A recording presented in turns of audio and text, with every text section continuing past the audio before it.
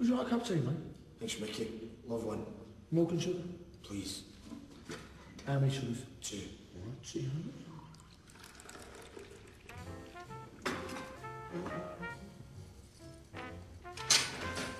Bueno, nosotras no somos arquitectas aún, somos estudiantes de arquitectura y este es un trabajo, una investigación, como ha dicho Pepe, que realizamos para una asignatura en...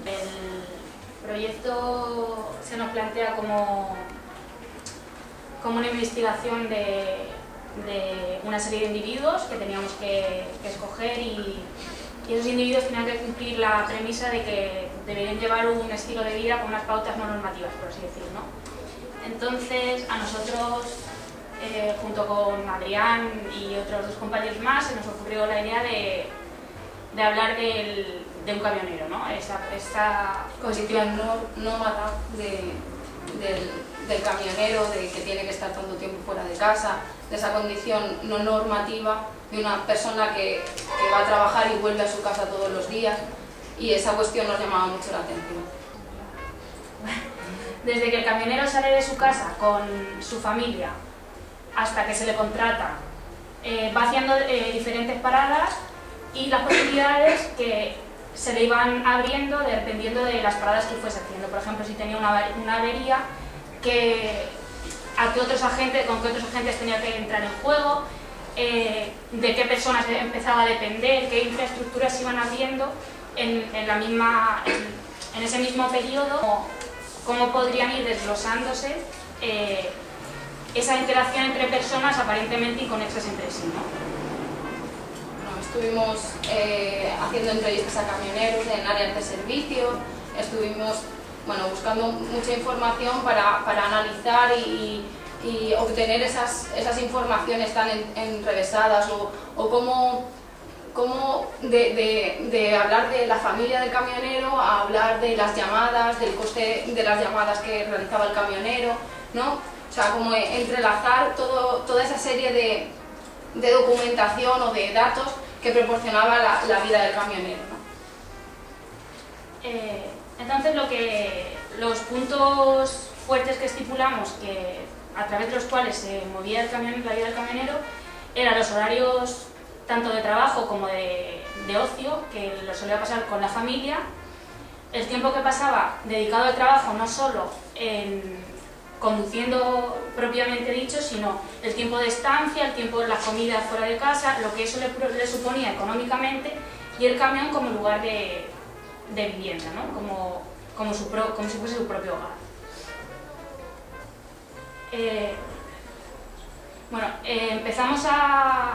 Con estas 5 premisas empezamos a simular un imaginario de lo que considerábamos era la propia vida del camionero, ¿no?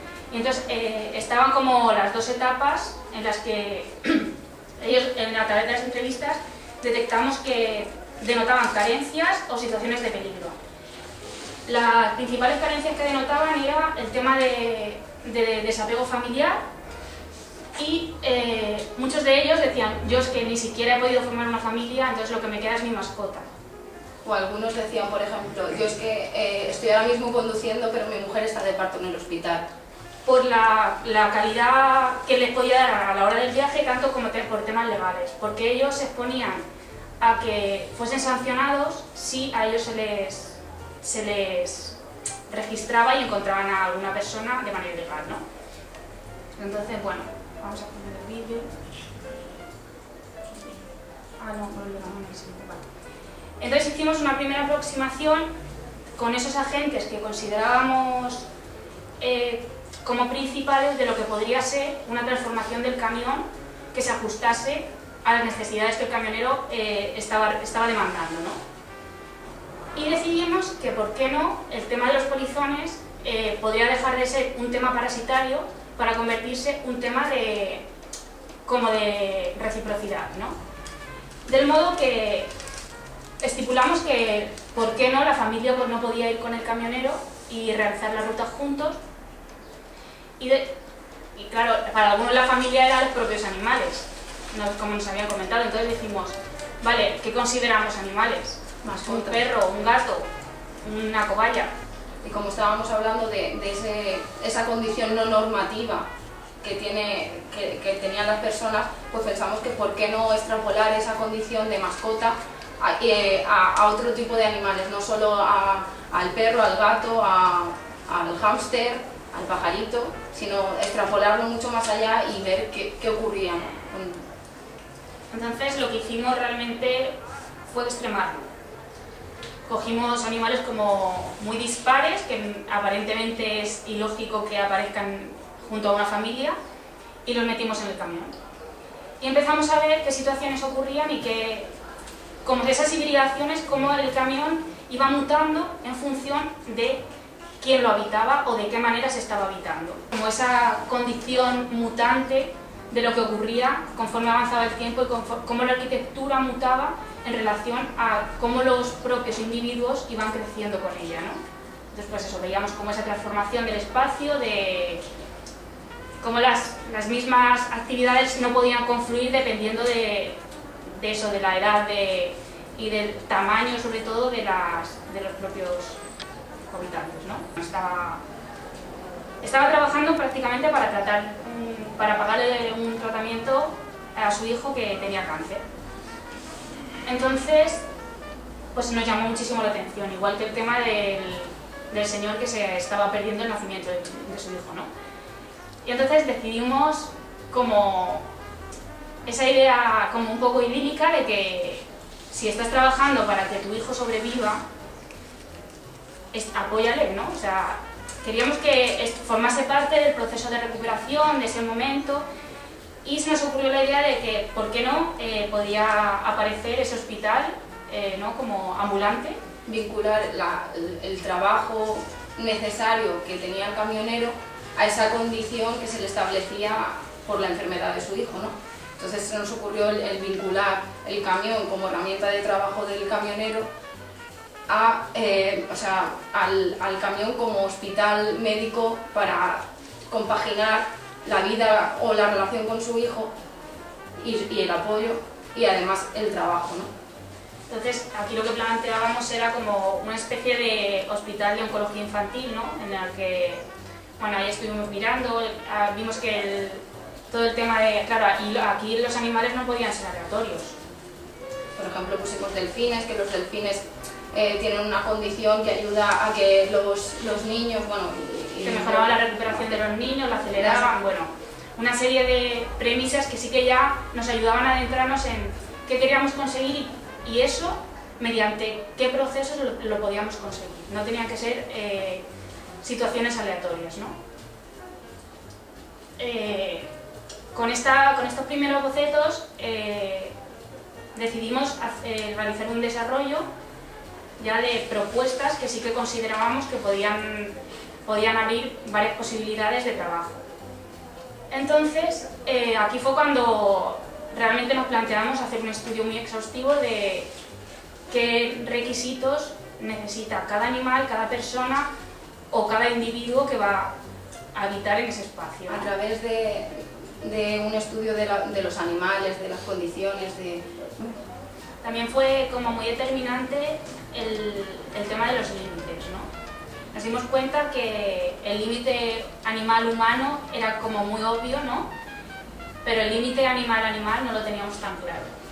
Entonces, sí que ahí tuvimos que ver de qué manera había estipuladas unas premisas en las que determinados animales no podían convivir con otros y de qué manera podían compartir un mismo espacio sin determinar esos límites, sin que esos límites fuesen visuales, por así decirlo, ¿no? Y bueno, hicimos como unos prototipos, ¿no?, en los que el camión era de una forma, si había 25 conejos, ¿no?, el primero, por ejemplo, la opción 1A, y solamente para eso necesitábamos un polizón, ¿no?, que a cambio de que el camionero le llevaba, el polizón se encargaba del mantenimiento de esa situación que se estaba generando ahí dentro, ¿no? Pero ¿qué pasaba si añadíamos 3 focas, ¿no? Entonces ya necesitábamos una estructura diferente, un tanque de agua que contuviese el volumen de agua necesario. Cuando eso le añades que además hay 5 habitantes, entonces de repente tienes que inyectar unas habitaciones en ese espacio, que no pueden estar conviviendo con las focas, por ejemplo, pero sí que tienen que tener acceso a ellas porque pueden tener una relación directa. Entonces, bueno, empezamos a desarrollar como estos prototipos, ¿no? En los que hablábamos, bueno, de si el camión tenía cola, si solamente era la cabeza, de qué manera la estructura puede agrandar o empequeñecer. Si era un camión grúa, si era un camión cisterna, qué pasaba si atribuíamos eso a otros tipos de elementos o introduciendo distintos factores o agentes que influyeran en él. Y entonces generamos como una especie de catálogo con distintas posibilidades y bueno, cómo se podía entender de forma global nuestro planteamiento. Por ejemplo, el tema de las aves no nos gustaba, o sea, no nos gustaba encerrarlas en una jaula, ¿no? Lo entendíamos como algo que tenía que tener una condición como casi natural, ¿no? Como igual que, porque hemos puesto el ejemplo de la jirafa, igual que la jirafa tenía su acacia, como si estuviese en la selva, ¿no? Porque el loro tenía que estar encerrado, ¿no? Entonces, hacíamos como esas pompas, ¿no? Que realmente no son pompas, en las que nosotras nos dimos, bueno, estudiando el tema de las aves, nos dimos cuenta de que si queríamos mantenerlas, que acompañasen al camión y que no extrapolasen y no abandonasen esa condición de cohabitar en ese espacio, podíamos limitarlas con límites sonoros, que no fuesen molestos para los humanos, pero que sí para las aves. Entonces, con temas sonoros sí que condicionábamos el espacio en el que ellas podían habitar. Y bueno, lo representábamos con las pompas porque era como esa condición efímera de... Y bueno, aquí había más posibilidades en las que el camión grúa, que también lo veíamos como una oportunidad de trabajo porque hablaba de la altura, de esa condición de movilidad en sí mismo, dependiendo del momento en el que estés, la condición solar, si está en invierno o verano, si necesitase mayor o menor iluminación por la vegetación o por cualquier tipo de animal que lo precisase, sí que podía jugar con esa condición de movilidad vertical. Y bueno, más pruebas. Y a ver, y aquí surgió... Bueno, nos propusimos cómo se entendía ese espacio de forma física, ¿no? En el catálogo, cómo pensábamos que se podía relacionar esos espacios, pero no mostrábamos esa vivencia emocional de los espacios o cómo se relacionaban unos con otros, cómo se podían vincular animales, personas, espacios, luz, ¿no? Distintas condiciones. Y entonces realizamos un vídeo que, si quieres ponerlo, donde se relaciona todo eso y se ve como el imaginario que llamábamos en clase de nuestro proyecto, por así decirlo. O sea, la emoción que supone estar en el espacio que proyectamos. Sí, porque nosotros nos dimos cuenta de que con estas imágenes estábamos contando como un espacio como muy catalogado, ¿no? Y mediante el imaginario sí que no explicamos el interior en sí mismo lo que queríamos explicarnos el interior en sí mismo de esos espacios, sino las sensaciones que se están generando en el espacio, ¿no?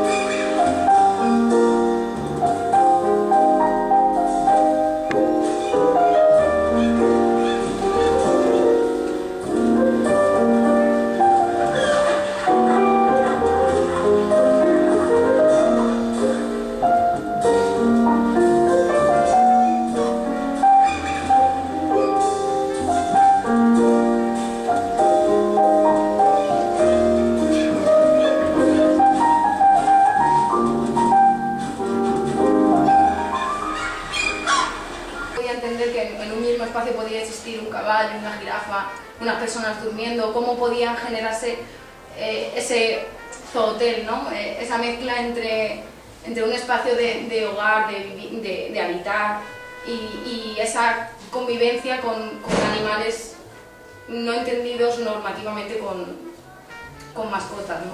Entonces era esa vinculación de agentes que en principio no tendrían por qué estar relacionados, ¿no?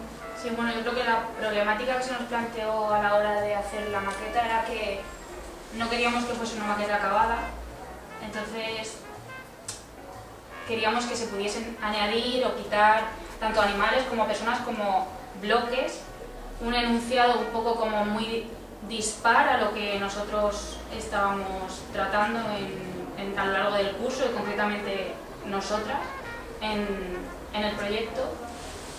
Y era el tema de como nos daban unas ruinas, unas cuevas que estaban en desuso y teníamos como que habitarlas, ¿no? Y claro, nos encontrábamos con que cómo íbamos a meter ahí el camión, de qué manera lo íbamos a meter, y si lo metíamos llegaba a un punto que dejaba de ser móvil, dejaba de tener la condición nómada, entraba en conflicto a todos los niveles. Entonces decidimos que si no podíamos meter el camión, sí que podíamos meter todo lo demás.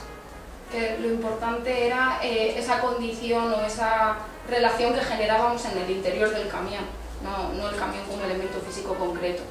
Sí, bueno, fue como una especie de experimento, en realidad, pero que a posteriori nos ayudó para establecer una forma de pensar y una metodología. No quisimos abandonar el camión en sí mismo porque considerábamos que era la base de todo y que era el inicio de todo el proyecto.